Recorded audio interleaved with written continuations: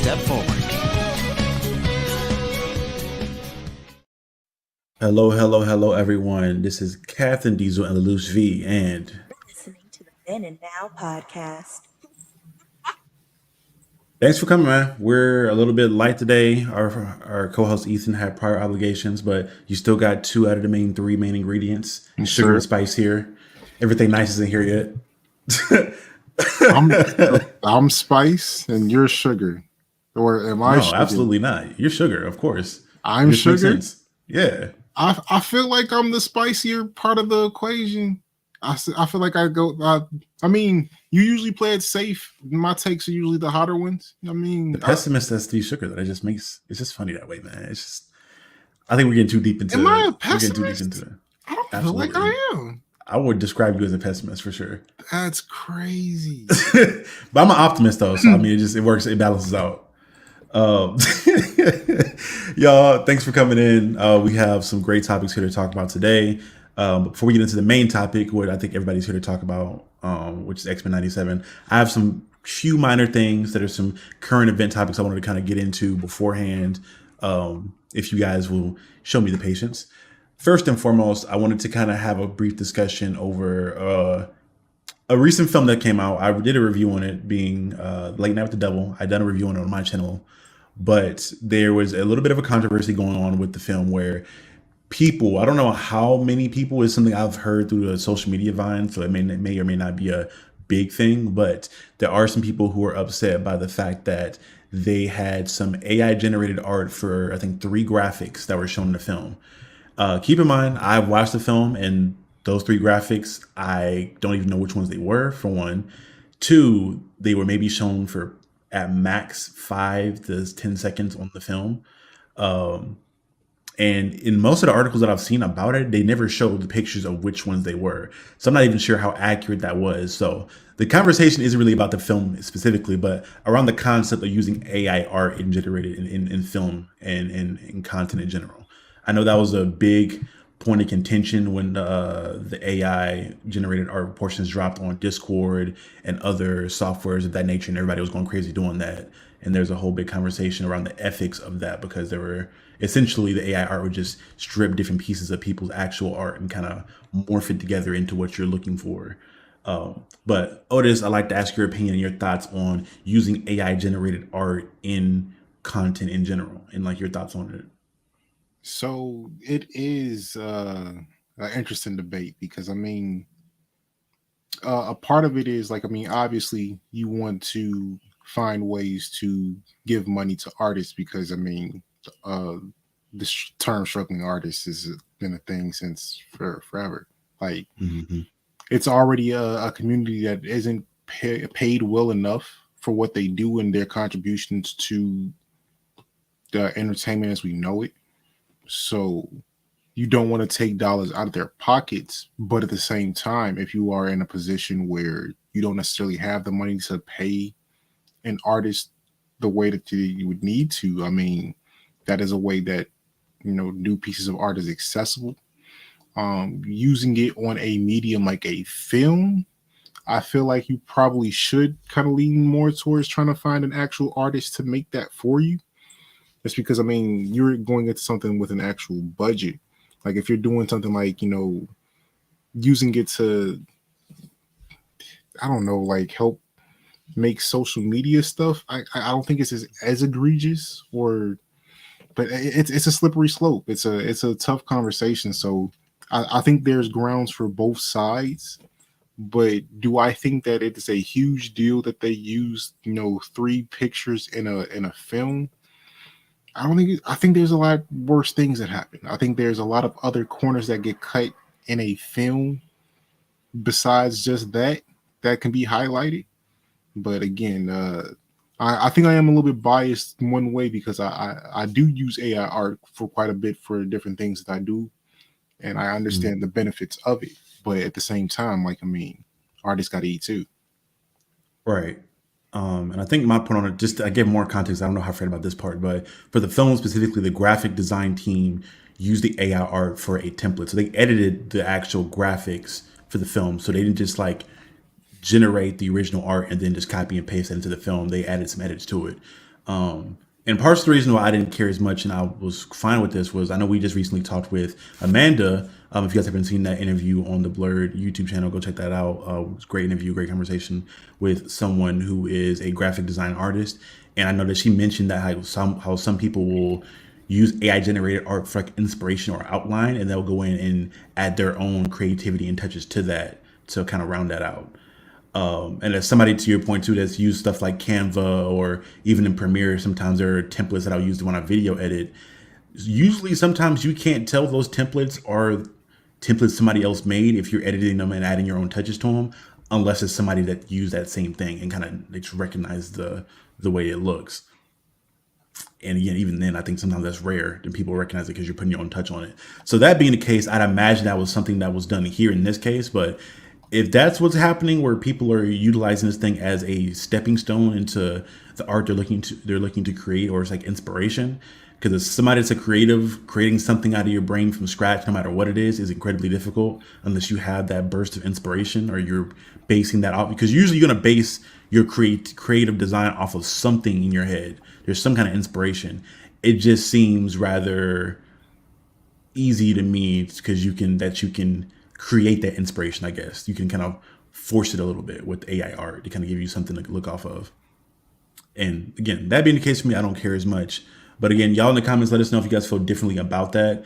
I will completely understand if they were just stealing somebody's art verbatim and reusing it, but using AI art for a template or inspiration to me doesn't seem like that big of an issue.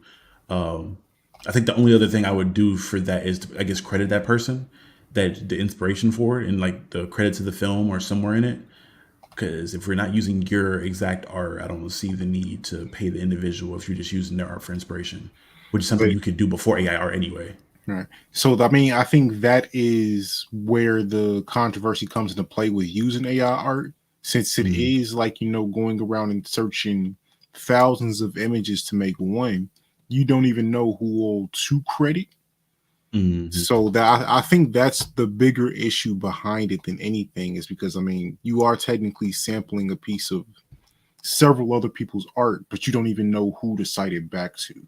So I mean, if there is a way to somehow like get a list of cited sources that the AI is pulling from, I think there'd be a little bit less stigma behind it, but Mm-hmm. that would also be a lot of work. That And is true. the But I'm I like, in go the ahead. course of a film though, because you're over the course, because most films are what, like a year to 2 years minimum of like filming and editing, and like you can spend 2 years with somebody on your team getting that information. Maybe I don't Can go. you? I don't know. I don't know what these AI arts how they backtrack that.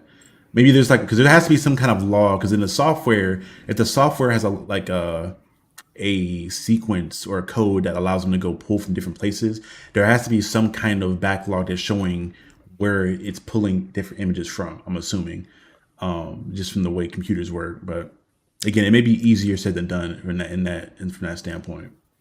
Yeah, I mean, if it was like like, oh, I'm taking these two pieces of art from the internet and combining it into one, I feel like that'd be a little bit easier. But like one Mhm. image might source from like 1,000 different pictures to get to that end result. You know what I'm saying? So trying to credit all of that in one go, trying to collect all that data, that's easier said than done. Fair enough. But yeah, that's my genuine thoughts on it. I guess again, it's not a super big. It's a big issue in the grand scheme of things as far as the ethics of using AI art. I think it's still going to be an ongoing conversation that I don't think will really be fleshed out until probably after we're gone or we're old, where it's been a normalized thing possibly. But it's a conversation that needs to continue nonetheless. I think like 5 years, honestly, this will be a moot point, and we'll be going to something else that's even more egregious. I don't. I think as money gets involved in it, it'll become a bigger thing. Because I think a lot of the issues beforehand was people using AI art for like fun things at home, like DIY, like your profile pictures, or maybe like some of the art for their comics. But once you get into where you're in movies now and you're making a lot more money and your art's involved, I see a lot more people trying to use a lot more lawsuits to get their cut from that stuff. I know I would. I ain't gonna lie to you. If I Yeah, saw one of my pieces in there, or I can tell a chunk of my art was in there, I'd see if I could. Let me see if I could squeeze a couple 100,000 out of them at least, because they did that. But that's just me though. Moving on to a second question I have that will lead into our main topic for the show. If you, because obviously for people that are here, the X-Men 97 series is out, and there is a list or a cast of the original X-Men that are in the film, or not in the film, but in the show: Wolverine, Jean Grey, Beast, Cyclops, Morph, Gambit, Rogue, Storm. I think that's all from like the one they showed so far in the Bishop. episode. Bishop. How did I forget about Bishop? Damn. That being the case, if you could pick any mutant in not DC, in the Marvel universe to make an appearance in the series at some point, who would you pick? For me, Oh, I know who. It's one or two, probably. I already know. no, I'm gonna go because I mean the obvious choice would be my favorite, who is Magic, but I'm not gonna pick her. I'm gonna Mm, pick Gentle, okay. who is the Wakanda mutant, and just because he hasn't really gotten any screen time anywhere, I think this would be a beautiful medium to showcase him in. Is it one of Storm's children? No, he's a Okay. cousin of T'Challa, but I mean he was born in Wakanda, and he also has like vibranium mines on him to limit his powers. He's basically like the Hulk almost, where like the stronger his emotion gets, the more physically strong he becomes, and he grows as well. It's a whole thing to him. Um, I I think a character like that puts an emphasis on controlling your emotions and meditation can really hit well for audiences today. And then I mean, nothing wrong with having another black character out there. Just saying. All right. I think on my end, this may be a little bit easier to sell too, just because of how easy it was in his first appearance. But I want Spike to make an appearance. I need Spike, originally from X Men Evolution. I don't think So maybe. technically, he actually was in this because Spike is based off the main characters of the leader of the Morlocks, Spike, and that little scene where Magneto was in the sewers rescuing the Morlocks. That Mhm. woman in the red, that was who his character was based off of. I know he got so in X Men Evolution. I know that he like got adopted into the Morlocks after his mutation like continued to grow. But I don't know. He was just Storm's little. She was like Storm's cousin. Like I don't know if it was It's like her It was nephew her. or It was something. her.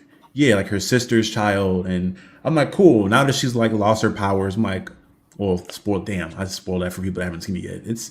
I doubt people have not. Well, never mind, because we have our producer here that hasn't seen it yet. Ooh, my bad, y'all. Or I will say in the show at some point it'd be dope for at some point Storm to go visit her family and maybe Spike make an appearance. I think that was a character whose design was cool as hell in X Men Evolution, and it was just a dope character all around. That I'm surprised didn't hasn't had more of a comic appearance. Like I don't think I've seen too many scans or even issues where the characters made an appearance Nope, I outside of think the X Men Evolution show. he only exists in X-Men Evolution because they changed him from the original female character that he was in the Mm, comics.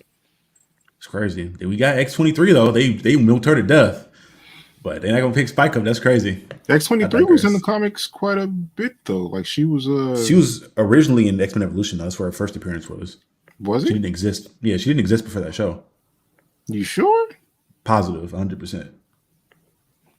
Do we That know was like that? her first appearance, and then she was so popular of a character they like milked her to death after that. So yeah, well, I mean, hey, it is what it is. Hopefully, we get one of those two. I'm gonna be bad at X-23 making an appearance again too, either or. But that being a fun question is out the way, let's go ahead and get into the main topic for today because we get 15 minutes in, and people that are here for this topic.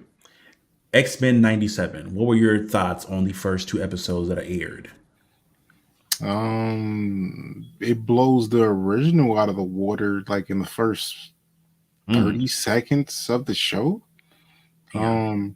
The original show was fun, but it wasn't the most cohesive project out there. They kind of got a little bit episodic. Besides when they were going on like a specific adventure to a specific thing to have like a multiple part episode, Hmm. but outside of that, it wasn't really like a strong cohesive narrative. This, I mean, everything that they showed in every episode was impactful and meaningful and came back around sometime either in the first episode or in the second episode. So, I mean, that's one major improvement in itself. Cyclops was never this cool ever before. Like that man was Hey man, awesome. So hey, thing. the Cyclops hater in me was like, damn, this nigga kind of cool, nigga. This He's nigga like, kinda yo, cool. I was like, beam no, he's an skating. asshole. I was like, beam skating. That's a new move. I didn't see him do that before. I That feel was like it's shit cool. that he's done in the comics though, right? Has he never done Hmm. that move in the He's comics done that before? in comics, but like that's the first time it's been animated. I He was was like, never damn. like in no control of his power to do that in any of the animated mediums. But Hmm. seeing it here now, it's like, okay, like why you doing that? Like, Yeah, bro. Like when Buddy doing the plane, when that again, this is a scene that you'll see like very early on. So I don't think it's super big. It's in this first episode, like maybe within like the first 15 minutes, maybe. Plane falls apart and all the X-Men are like falling out of the sky. Obviously, the ones like Storm or Rogue are gonna fly around and pick people up, and he's Cyclops just like, nah, y'all good. Go ahead. Go ahead. I'm like, I need a how the fuck is parachute. this? I was like, how's this thing? I'm like, oh wait, is he gonna do what I think he's gonna do? And he used his optic blast to like, pretty much cushion his fall all the way down. I was like, see, I hated you initially for the longest time. You and that nigga Steve Rogers were at the top of my hit list for a long time. Hey, by the end of this series, you may be all right with me. You may be off that shit list. I'm not gonna lie to you. If you doing shit like this, now, him as a character, the certain things he says and certain things he does, he still kind of annoys me because he's still not a super patriot good boy, but in some of the ways he goes about things. But I think that's just very much so him. And I will say that is a good point to have with the writing of the show. It's very authentic, and people that were a part of the show.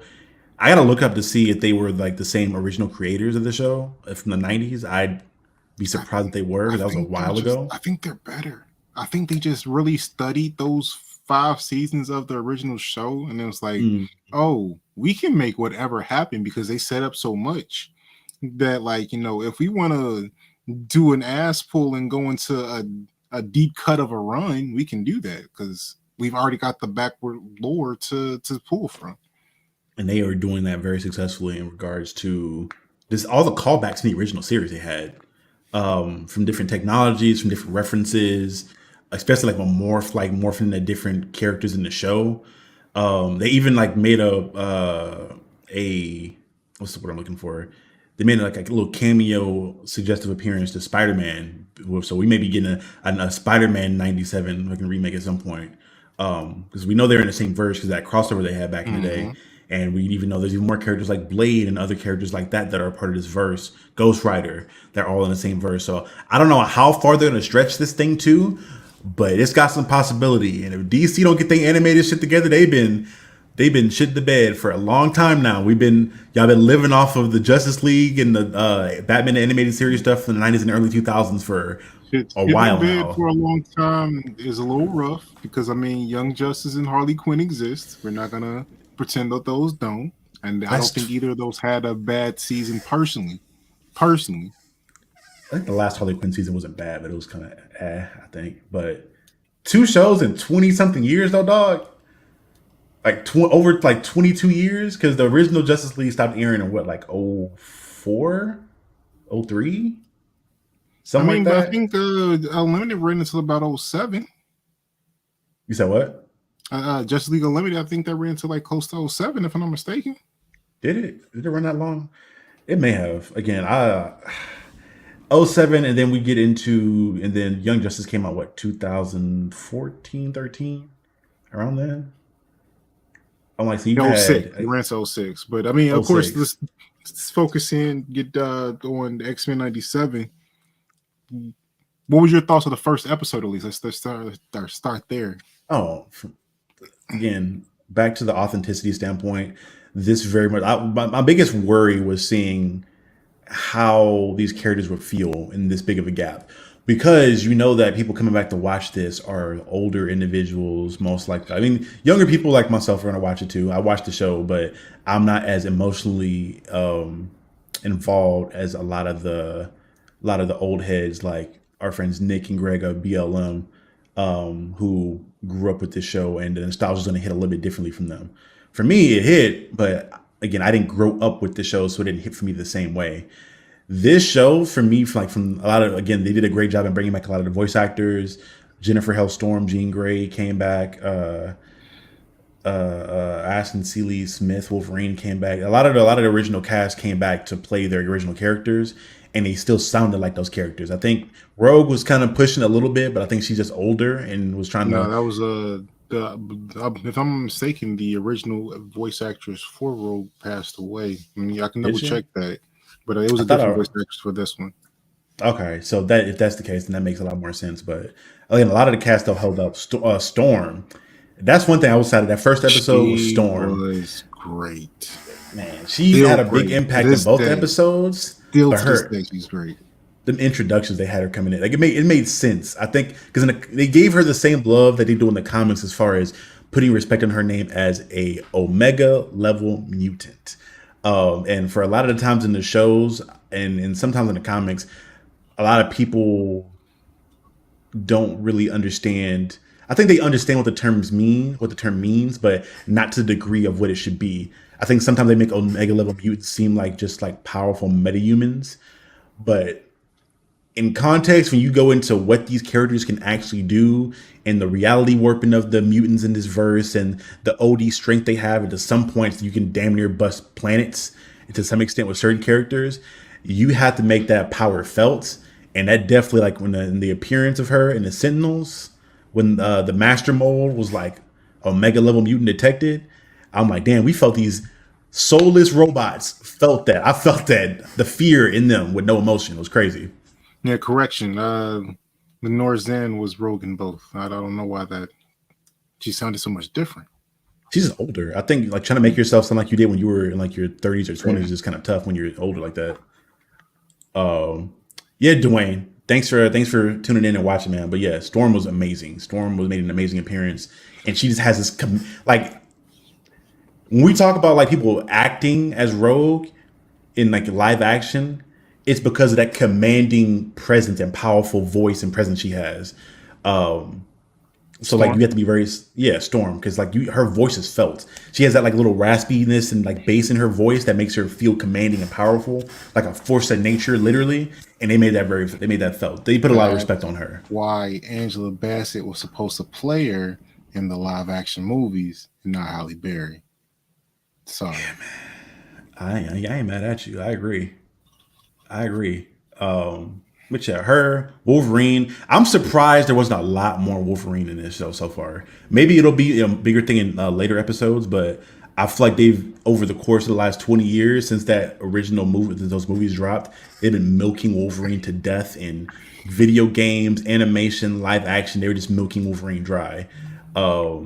And now he's back here in the show again, and he gets like his moments where you're alluding to a lot of the past plot lines he had with Jean and Scott, but I'm really surprised he didn't get a huge focus like he did originally, and then a lot of stuff after the fact, Yeah, I which is mean, a good thing.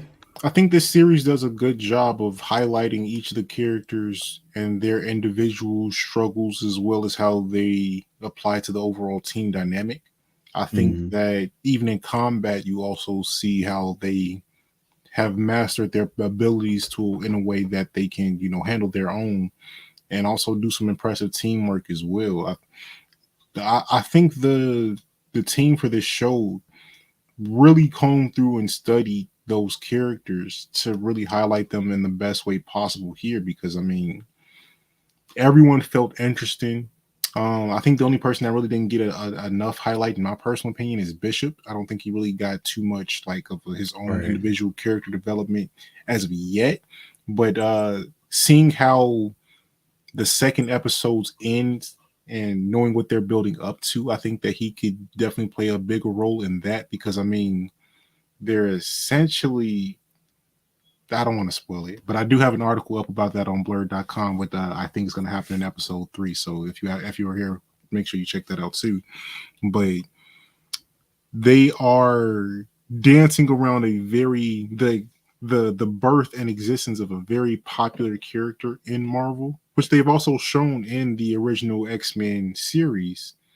So I'm curious to know which version of that character they're going to portray in this Mhm. in X-Men 97, because there's a definite very defined split between who he can become in the X-Men lore. Really quickly before we get into more of the lore or future, or at least the guessing of the future episode stuff, I want to go back to the point that you brought up as far as like the teamwork and the coordination. I thought that was so well done. I think it needs to be spoken on just a little bit more in regards to just how much these guys felt like a team that's been together for a long time. The combinations of attacks that were happening, where like I think the biggest one that a lot of people will talk about is the Gambit and Wolverine combo, where Gambit infused some of his abilities into Wolverine's claws to make Mm-hmm. them kind of detonate upon impact. I was like, oh my god, this is fucking amazing. I was waiting on a fastball special. Like, we kind of got that version, like an abbreviated version of that. I just didn't know how it was gonna happen, but I thought that was so fucking sick that they did that, because I don't think I've ever seen that specific combination happen before. At least I haven't in comics or animation. I don't know if I've seen that one before either, and that's also why I had to make that thumbnail on that article I was talking about. Because seeing that, I was like, "Yo, like that was kind of smooth." It Okay, makes sense. putting the kinetic energy on the claws. Go ahead, go ahead. I'm down for the Gambit and Wolverine combo. I'm excited to see more combos, to see what they do in the show. Like, I hope we get more as more we get more combat scenes. Obviously, like, I'm hoping we get some characters to shine and show their combat abilities, like a Scott, because when you have these teams to where part of their lore is that they train in this souped up time chamber, essentially, with all kinds of Danger crazy Room. dangerous scenarios. Yeah, I'm like, they should be really good hand to hand combatants. And I don't think you see that as much. You saw it a lot with Scott, because Scott was like going back and forth between using his abilities and regular martial arts. And Wolverine is being Wolverine. But I can't, like, I want to see more Jubilee and see how she mixes up with her abilities in her combat. I don't Characters like know if there's Gambit. a way to make Jubilee not look useless. I hope they figured something out, but like, man, she hasn't done anything She ever. hasn't yet. Well, she's supposed to be super support. I was waiting on like her blinding somebody in like a flashbang type of thing, maybe, or doing something. Because that's, if you look at her powers are kind of broken. I'm not gonna lie to you. Her powers are pretty broken in the comics. I don't know to what degree they'll amp them up in the show, but they've done such a good job at making all the characters so interesting so far. I'm like, there's got to be a way you make her, Yeah. maybe her morph have some kind of like, because I feel like they're gonna do a thing with appearing off certain characters in their own storylines. Obviously, like Logan, Wolverine, and Jean are still gonna be. I think that's still gonna be a thing as far as their plot line goes. It seems like they're setting up Rogue, Gambit, and Magneto to be a whole little mini subplot. And I'm hoping that Morph and Jubilee, or maybe Morph and, well, matter of fact, I lied. It seems like they're doing Morph and Logan almost to set up in this whole Mhm. plot line they have going on. So again, they're pairing people off. Yeah, I really Jubilee. hope, like you said. I'm Oh, go sorry. ahead. Jubilee, she seems more like she's going to be roping in that new character they introduced. Sunspot, I think, Mhm. is who it's supposed to be. I don't Which I'm know if glad we that's got the her. spot because it could be, but I Once believe he's Sunspot was shown in the original. I got to do my was it? research. Yeah, once he said he was harnessing the power of the sun, and I saw like the black sun energy thing off of his arm when he showed it for a second. I figured that's who that was. I gotta look through the credits to see if they like gave that character like his actual mutant name or mutant code name or not. But that's why I assumed that was Sunspot. And like what I was about to say, I hope characters like Beast and Bishop, to your point, aren't forgotten in this series. Again, I don't know. I think from I have a friend who has a friend that works for Marvel that said they're guessing the show's going to have 4 to 5 seasons. Is the guess for it? I'm hoping that in 4 seasons, maybe around like 12, 15 episodes, that you can flesh out all these characters you're bringing in. Because I'm scared they're going to bring in too many characters as the show goes on, and then not develop them all. That's my thing. Like, don't bring in a million characters and not Hmm. flush those characters out. 'Cause I think even most of the side characters, like the one, I'm blinking on her name, but she was friends with Charles Xavier, and she was like talking to the X Men throughout the first and second episode, and a part of the congressional hearing thing they had going on. Oh I can't yeah, remember her name exactly. I can't either. But I know what you're talking about. I know she's in the movies. I know in the movies they had her like bringing him back to life and shit. So I'm assuming that's the plot line they're doing here as well. Like, Charles isn't really dead. I don't know. I mean, there's so many different because that's one thing I really enjoyed about this too. Like they hinted at so many possible things that could happen that like mapping out exactly where they go in these first 10 episodes is it's honestly that's half the fun of the show. Go ahead. No, I think it's bringing back a lot of the fun of Marvel. I'm not gonna lie.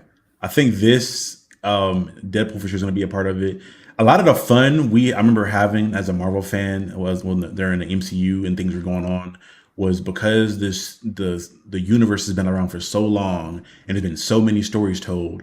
One reference or one character appearance could mean 14 different plot lines. So you having that fun of like guessing which one is which, and then kind of having that conversation with friends after you see the movie. It started to bring back a lot of that for me because I think the MCU and a lot of the content they were putting out, it was kind of either not really predictable as much. Like I do know exactly what storylines were being made, but I just didn't care as much. And I think the XMen for sure can be a good way back into refresh in animation and in live action. If they can get the X-Men right, I think they can bring a lot more of a breath of air into the MCU and into Marvel in general. Yep. Yeah, both Dwayne Valerie Cooper and our producer confirmed, Val Cooper. Appreciate it. Yeah, I remember in like the live action version, like when they brought the whole thing of like going into Days of Future Past, she brought him back to life, or she was like keeping him alive or something of the sort. Like they cloned him, I think, in the live action. I don't remember. I know he died and didn't die. I know that. But. Yeah, he died, but she was able to. Well, he was able to transfer his own consciousness into a body that was just basically mindless from birth. That was they never fleshed that out too in the movie. Like after that movie, technically was that's when they went and did the prequels with James McAvoy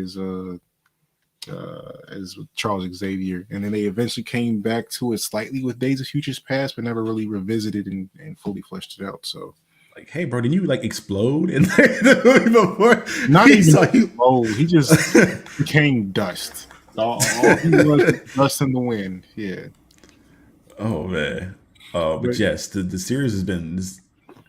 I want to talk about Magneto too. Because I think Magneto. Can we talk about the rant that Magneto had? Or even before that, like another great rant was from Gyrick when they went to visit him in the prison. Like he was spitting. I was like, hold on. Bro, the script is so clean and so tight. It feels like I'm hearing somebody read off the script or just reading off the boxes or the pages of a Chris Claremont X-Men run. Like in the way that some of his monologue went. I think this is the coldest bar. This is the hardest shit I've ever heard Magneto say or seen or even known him to say or read in a book. I'm all over the place, but you get the point. When he was like, "Don't make me let you down," or something of the sort, where he was talking to them like, "Don't make me disappoint you." I was like, damn, that was the coldest, most gentle threat I have ever heard in my entire life. Like, if you make me kill you, don't make me disappoint you. I'll put it like that. That was hard. I gotta go watch the episode again to see the exact quote he had for that, but it was something along those lines. Don't make me disappoint you. And I was like, this bit is like, yeah, the old me would have been like, you wouldn't have existed anymore. We wouldn't even be having this conversation. Don't make me go back to him. Like, you don't want to see that guy. I'm doing this for my boy Charles. This is the only reason you're alive right now. Hero Mo, what's up, man? We got a lot of new faces in here today. I appreciate y'all for coming in and showing us some love, man. These are new faces in the chat that we appreciate very much so. But yeah, Magneto, bro. Are you digging this new fit? Are you enjoying the new costume? I know people had some comments about the rave fit he had going on. Yeah, the big M. I mean, it was okay. It was just there so he could show off his arms. Like, this man is like 100 years old and just like swole and like low-key misses to your girl right now. But that's a whole nother thing. I'm hurt. My heart hurt. When that scene happened, I'm looking at Gambit. I'm like, bro, why are you doing this to my man? Bro, if you don't go get one of those power dampening collars and have yourself some fun, you know what I'm saying? Or just break up with the man. That's one thing. We talk about it in real life too. But if you know you don't want this man, leave this man. Don't let him think you're still a thing, and then go cheat on this man with Pops, with your sugar daddy. But the thing that made it hurt even more was that he was so understanding and sweet to her throughout the like both the episodes. Like they made it very apparent that they had this long term relationship and they were both happy in. I didn't, at least for me, from my perspective, I didn't see too many instances where there were cracks in the armor of like them arguing or disagreeing on something. It seemed like they were smooth sailing. And Rogue was like, "Oh, he can touch me? Oh, it's over with. Sorry, bro. I'm out here." Yeah. Made me feel like the Saturday morning cartoon. Yeah, bro. This show made me like feel like a child watching this again with the oohs and the ahs, the heart pull tugs and the tugs at my heartstrings. And yeah, comic accurate. I figured it was comic accurate because the branding of the big M on this chest seemed like some early comics type shit. Mm-hmm. I'm like, you're gonna put your name's Magneto, so we're gonna put a huge M across your entire chest. Okay, cool. That chest, torso, that's the damn near his crutch. So I mean, bro. But I mean, hey, he said, "Don't make me pull the helmet back out." Right, it's like, don't make me be the guy that you don't want me to be. You know, I'm here willingly right now. Like I chose to be in your space. But how did you feel about that part of the plot line? You know, making Magneto more of a Xavier. Yeah. I thought it was dope. I thought it was something that, because I was scared initially when he made an appearance in the trailers that it was gonna be, the show was gonna be very traditional and back to basics for, okay, Magneto's the villain now. Scott's gonna step into the Xavier role and gonna fight the Brotherhood of Evil mutants all over again. But him coming back, because I think this has been a thing in the comics a couple times where Magneto's come and led the X-Men in Charles's absence. And I think he's even more interesting because you have to play into and write very smoothly his actual mindset change.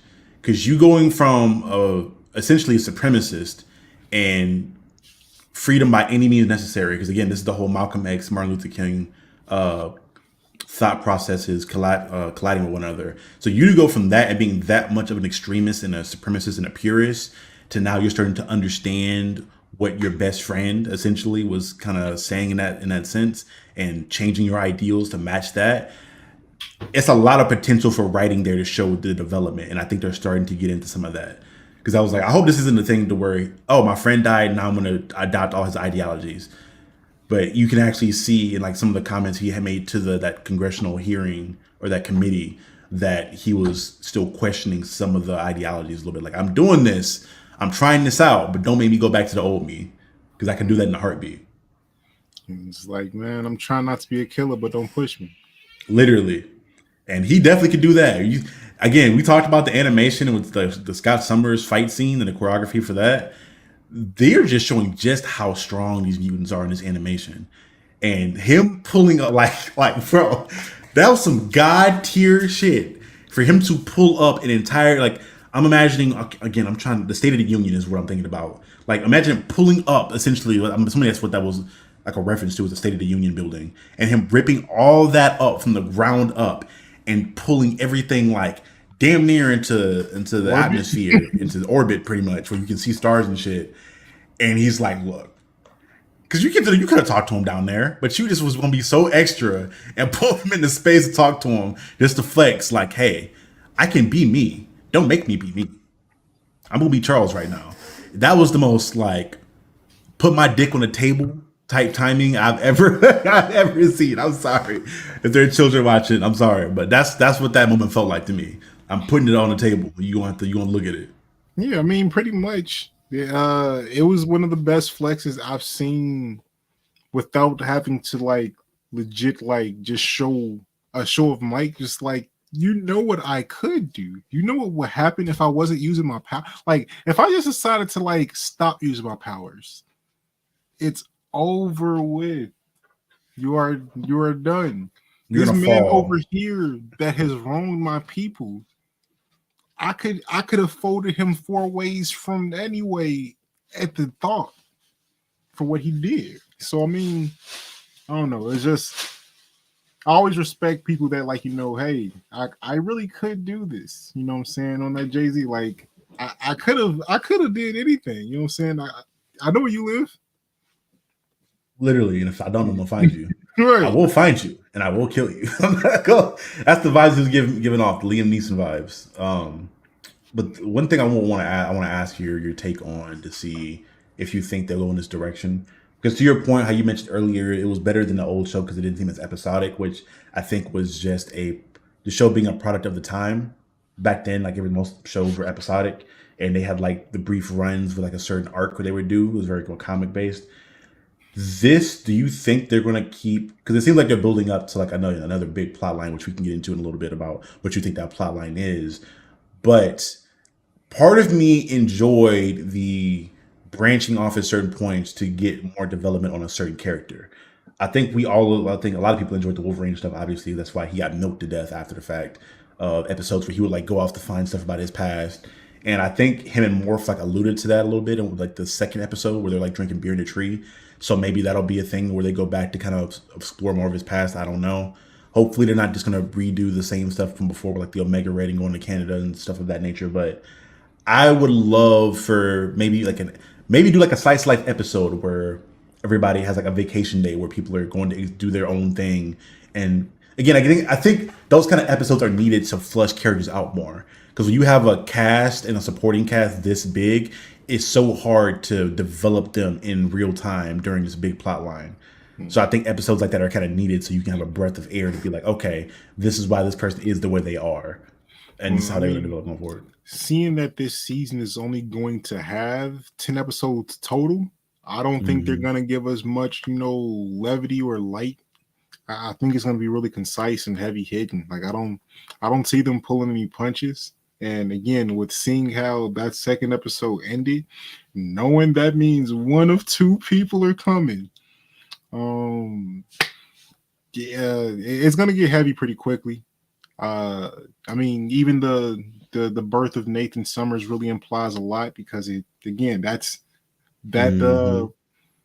to who he can become. Like, I mean, it's like two separate timelines that they could tap towards.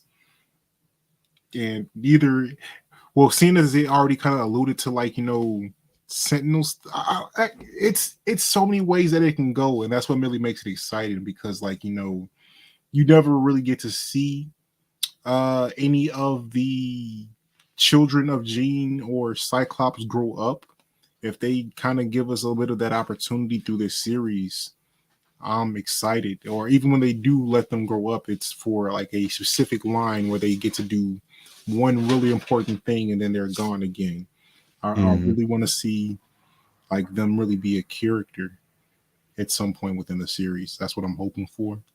But bottom line, like, there's just so much potential between everything that they've built up with the series, everything they could lean towards with the comics, and then with how strong the writing is. Oh my goodness, it's just a playground of content that they can pull from to make anything happen. Well, what we'll say, ladies and gentlemen, we got them. This is Dwayne in the chat again. Thanks, Dwayne, for commenting. He says, with what happened to Storm, we'll probably get a plot story with her. It'd be criminal if we didn't. If they just like let her lose her powers and they don't take the foot off the gas a little bit to kind of be like, hey, Storm, how are you adapting to not having powers anymore? Especially with how they showed her reaction. And also Inferno. I think I'm assuming that's the plot line you were alluding to, is what you predict is going to happen, right? Or are you talking about something different? Possibly. Now, I was leaning more towards this one here because, I mean, Nathan Summers is Cable. Right. Like, so Cable did make an appearance in the original series, didn't he? Yes, he did. Yes, yeah. So are they leaning towards they're going towards the techno-organic virus that comes through from the Sentinels? Are they gonna go with Age of Apocalypse stuff, like, and go towards Nate Gray? Like, there's so many possibilities. I hope I don't know, man. Part of me, I'm not gonna lie, with the X-Men, part of me is cabled out because in the original show they did the whole Days of Future Past thing. We got a Days of Future Past movie. We had a lot of time traveling stuff with Wolverine. I'm kind of over the Sentinel destitute future, personally, of the X-Men era. I would love them to explore more things in that world, or maybe go more into space a little bit more. Because I think we got a little bit of like the Shi'ar Empire in the original series, but I'd love to see more of their explorations in space because there's so much they've done in the comics, possibly. or even in getting into more supernatural stuff with the Phoenix and like the, I don't know. I think the future stuff with the Sentinels is just so overdone with the X-Men by this point in all mediums, personally. So for them to have like the techno-organic virus come back and have Cable pop, because there's no way you don't have that happen and then you don't have Cable pop in from the future. Or maybe that's the way to like do some more development with Bishop, who is Cable Jr. essentially at this point. And then I don't know. Going into more future stuff, one thing that they've already hinted at with the X-Men Legends line for the X-Men 97, Nightcrawler is going to be making an appearance in this at some point. So, where did he go in this series? I can't remember where his plot line was where he disappeared. So he didn't necessarily disappear. He just never actually joined the team. Like he popped up and helped them in certain instances, but he was never like officially like living in the X-Mansion. No, really. Not in the series, at least. But he did. This has been a while since I've seen it then. Because I've seen X-Men Evolution more frequently than I've seen the original. Show, that so. Kurt was them there hitting on Kitty. You know, literally. Not well. Sometimes literally. Yeah, I'm not gonna. We gonna see, man. There's a lot they can do with this, and I think that's the fun of it again. But I definitely, again, Nightcrawler's on my short list of people I want to make a reappearance. There's certain villains I want to see Apocalypse with this animation. I'm not gonna lie. Seeing how broken Storm was, I got to see Apocalypse in this animation to some extent. And even then, that's again, I hope they go completely different into something we haven't seen already from the X-Men. Because I know I had that sentiment about the Sentinels, and you could say the same thing about Apocalypse as far as him being overdone as well. So if they go in a different direction, I'm not mad at that either. I don't know, man. The X-Men with Claremont, that ran for so many issues, and there are so many X-Men stories you can tell. I just hope they don't just tell one of the same four that's been redone over and over again in animation and live action in multiple X-Men series at this point. It's pretty clear that the Sentinels are going to be an ongoing part of the series, because they hinted at that heavily with the first episode, and that's not the last time what we're going to see of them. I think what they're going to do with this is throw multiple sets of big things at the team at the same time, and they just have to figure out how to balance it. But again, it's just they've already mentioned Apocalypse within the series. You've already seen the Sentinels with there being two genes. That's one of them's got to be Madeline Pryor. I suppose there's gonna be some Mr. Sinister activity going on there with the cloning aspect is what I thought was gonna happen. You know what I'm saying? There are so many things that they already hinted at with the little bit that they've given us. Just speculating over what's coming has been very enjoyable. This has probably been the most excited I've been about anything Marvel in a very long time. So it's just, oh man, the humans. I think that'd be a good way to go about it. I wouldn't be mad at that if they did some cyborg type of things where you need living Sentinels possibly, because then it'd be different from my perspective. I think they could do that with characters like Bastion. So is it confirmed it's only 10 episodes for this season? No, 10 episodes. 10 is crazy. I would think at least 12 to 15 for how much stuff they're trying to throw in here. Then I hope it's not going to be a 2-year gap until we get the next season either. I'm I think what they're doing, because I think they're doing it also with Deadpool, where I think the only movie this year is going to be Deadpool. They're trying to build that hunger for Marvel content back up by teasing you with some really good stuff, and then hey, we're gonna let you sit in that for a while. So the next time when this Fantastic Four movie drops the next same day as Superman, you know which one you want to come see. Come on over here and see this. Because if I'm not mistaken, I think that's the first thing the MCU is going to get back into, right? When the outside of Deadpool, yeah, Fantastic Four, yeah. So hey, this is gonna be a good time for nerddom. I'm excited to see what they do, because like I said before, Superman and this are dropping the same day, and I'm excited to see the kind of marketing push they're gonna do. Because if you're dropping these the same day on both sides, there's no way you don't put all the money in the world around marketing both of these films. Yeah, it's going to be I think whichever one is perceived to be more successful, this may kick off. If Superman gets this lick off, I think there's going to kickstart not a war, but there's going to be some Xbox and PlayStation type of shit back and forth, where you're going to have people that are going to have their heart stances on one side, either or, and and I think this is going to revitalize a lot of the energy and the nerddom, at least in regards to the superhero side of Right. things, because I it's been mean, kind of dead for a little bit.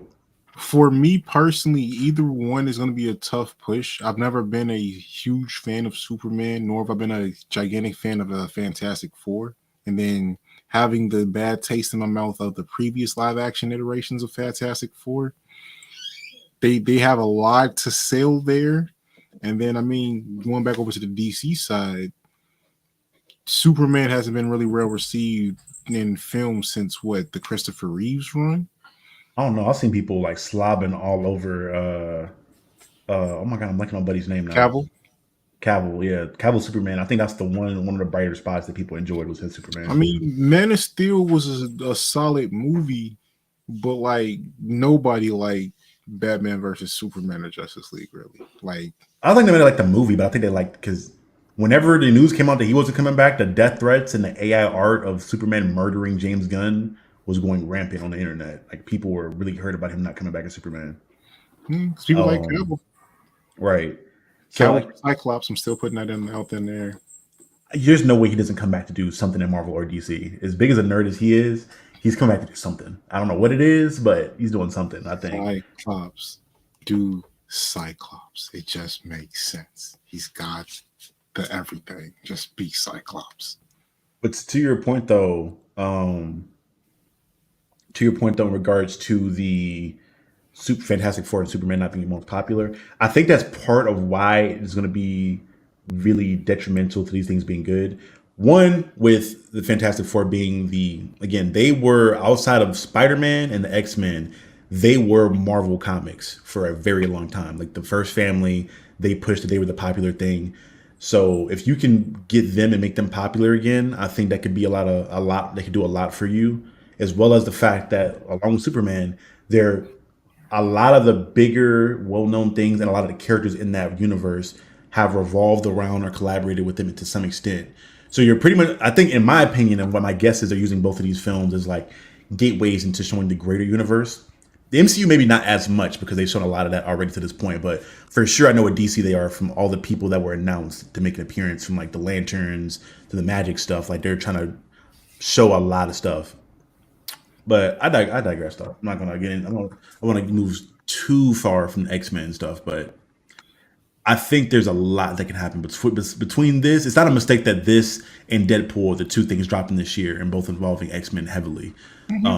And again, to your point, I think that's probably why they're not going to do too much Wolverine, because we're going to get a lot of Wolverine in the movie in June. This is the palate cleanser, before they say like, oh yeah, now we're full hardcore bringing X-Men into the MCU, because again, we got the taste with the post-credit scene in the Marvels. We're getting this the second little bit of the teaser with X-Men 97, which is hidden. Kudos to the writing team for this. And then I mean the highly anticipated Deadpool, where we're like we talked about with Ernie when he talked about this with him a few weeks back. They're probably doing Deadpool kills the Marvel Universe. Which one of the few comics I've owned, and I got an ass whooping for buying all them shits by accident, allegedly, accidentally. I definitely am. I wanted to speak back to this point. We've said this a plethora of times on the show at this point, but I want to reiterate this point. I think, again, a reason that a lot of these projects are so successful, between this and a lot of the excitement for how successful I think Deadpool is going to be, is because you have fans of the content working and creating the content that people want to see. Obviously, Ryan Reynolds is a big Deadpool fan and lobbied for him for the longest time. He lobbied to bring oh my god, I'm blanking on this man's name. How am I blanking on Wolverine's actor's name? Hugh Jackman. Hugh Jackman. How did I forget Hugh Jackman's name? They lobbied for Hugh Jackman to come back after he said he was done with the character. So you have these fans that are happen to be very talented, that are taking part in creating this stuff, and it shows, because the fans are getting everything they want. I think all the old heads are getting the nostalgia they wanted from original voice actors, the plot lines being continued, and a lot of authenticity there. And it's also giving you something for new fans that maybe caught on to the show later, like myself, or maybe had never seen it at all, and they have things that they can look forward to and then get excited about with this content.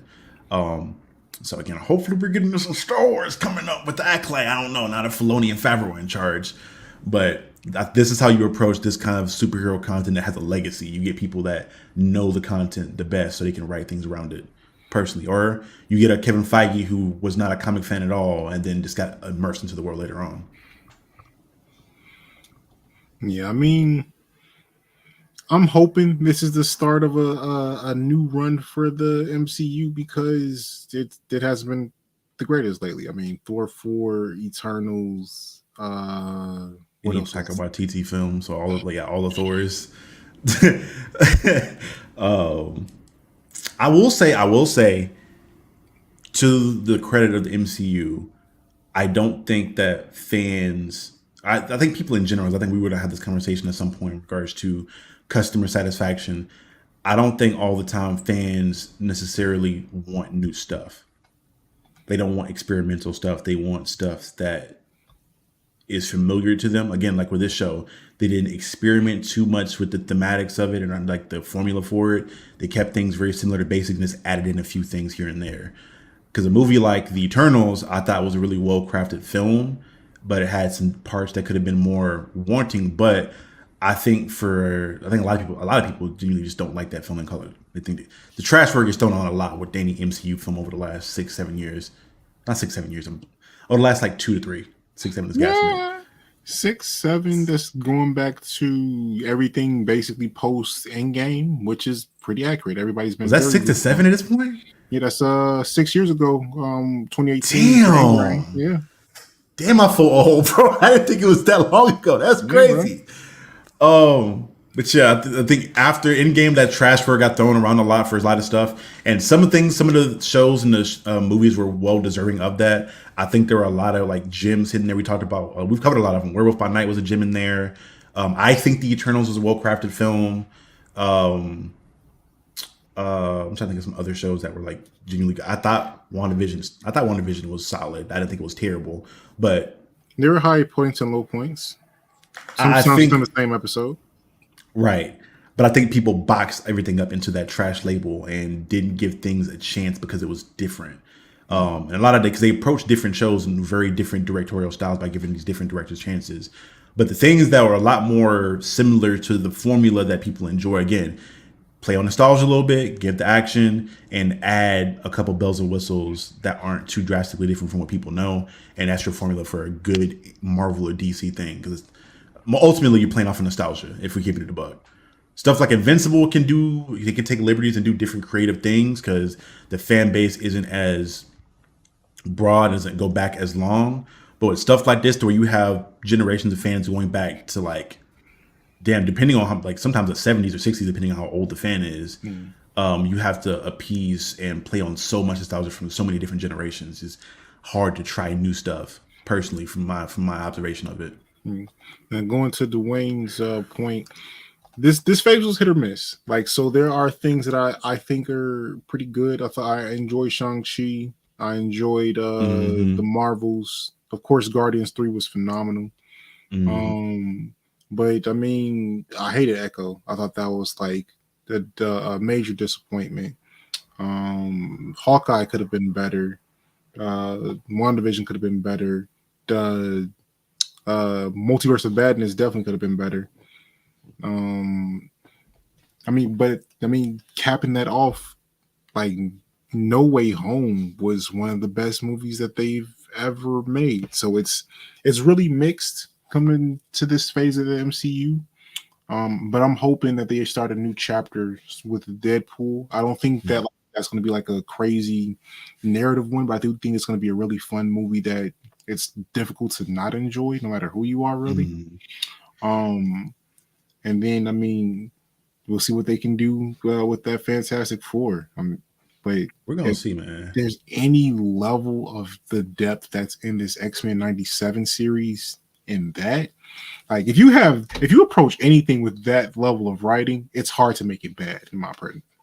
And it should be even easier because you only have 4 people. You don't have a huge team. You have 4 people in Doom that you have to worry about writing for in abundance, and you can throw in a side character here or there, but those are the 5 people that you have to really, really focus on their connections to one another, how they interact with one another, and like their motivations and ethics and moral codes and all that good stuff. Don't forget, they also announced that they're doing Silver Surfer and Galactus again in that first one too. So In the first one, did they say they're doing that in the first one? I believe so. Is that confirmed? I thought that was like some stuff that was going around. I remember they talked about Silver Surfer being confirmed. a woman. Silver Surfer was confirmed for it. Let me see who the actor for it is. Almost like a cameo at the end, though, and not like a huge part of the film, though. That's a lot. I think they're doing a lot to bring him in the first film. Because you're telling the origins. Well, maybe they do it differently, and they like kind of treat it to where they've been operating for a while, and it's not an origin story as much so as just us catching up with them. And yeah, to Dwayne's point, the first half one, I enjoyed WandaVision. I thought to me, for again, I'm a horror fan, so I enjoyed the slow burn initially. But like to your point, I think they could have built up to the creepy stuff a little bit sooner. And I think that was just the issue with a lot of the MCU shows. The pacing was off for a lot of them. And I believe that, again, to finish the conversation, I want to backtrack, but to your point, I think it was really 50-50 in this phase, and that we had the highs were really high, and a lot of it was mid. I don't think there was any like super, like Black Widow.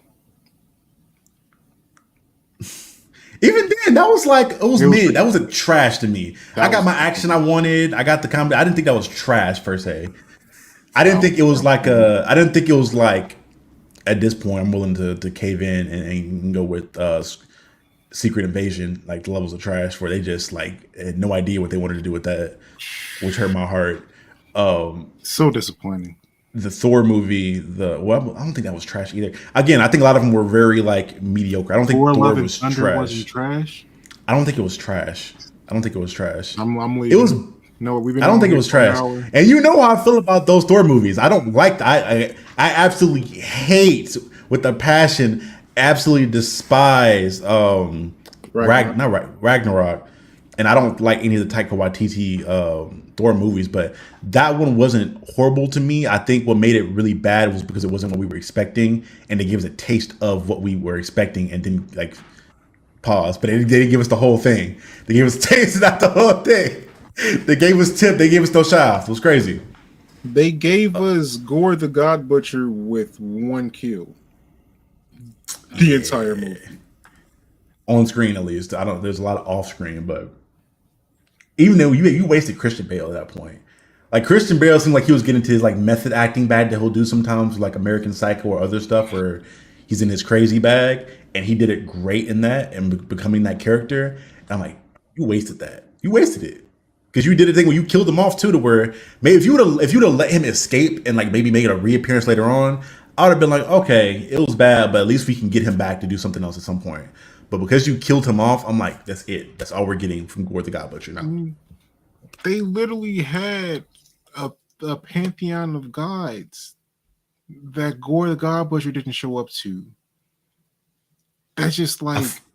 I feel like Thor had a bigger god body count than Gore did in that film. Yeah, probably. He killed Zeus, and I guess killed Gore, so that's 2, I guess, technically.